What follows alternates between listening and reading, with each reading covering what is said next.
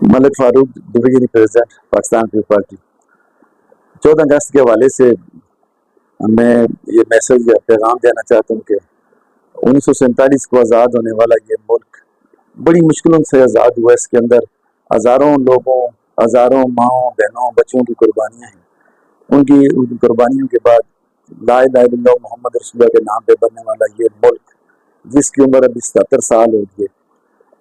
77 سال میں اس ملک کو کہاں پہنچنا تھا، کہاں جانا تھا، کیسے ترقی کرنی تھی، لیکن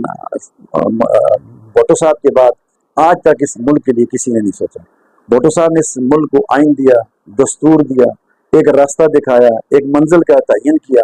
لیکن اس کے بعد آنے والی جتنی بھی حکومتیں رہی ہیں، اس ملک کو اپنا ملک سمجھ کے اس آزادی کی قدر و قیمت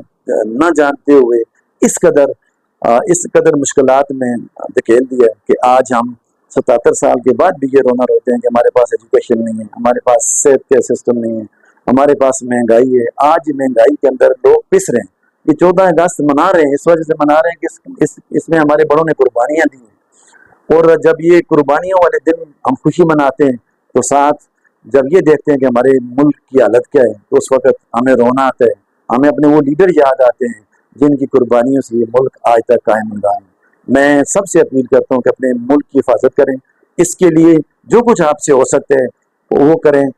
دوسری بات یہ میں کرنا چاہ رہا تھا کہ یہ ملک کی حالت جو ہے وہ آپ کے سامنے ہے۔ مختلف دور میں مختلف حکومتیں آئیں، مختلف اپنے نظریات لے کے آئی۔ کسی نے اس ملک کو تعلیمی ایمرجنسی کا نام دیا، کسی نے ہیلتھ ایمرجنسی ڈکلیئر کی، کسی نے کہا کہ ہم اس کو ایشیا کا ٹائیگر بنائیں گے، کسی نے کہا ہے کہ ہم اس کو دنیا میں اس جگہ پہ لے کے جائیں گے کہ آپ سوچ نہیں سکتے، لیکن آپ آج 77 سال کے بعد بھی اس کی حالت دیکھ سکتے ہیں۔ میں یہ کہتا ہوں کہ ہمارے قائد محترم ذوالفقار علی بھٹو صاحب نے جو 1973 کا آئین دیا تھا، اگر اس ملک کو اس آئین کے مطابق چلایا جاتا، اس ملک کے اندر جو ہماری ایجنسیاں ہیں، جو ہمارے ادارے ہیں، جو ہمارے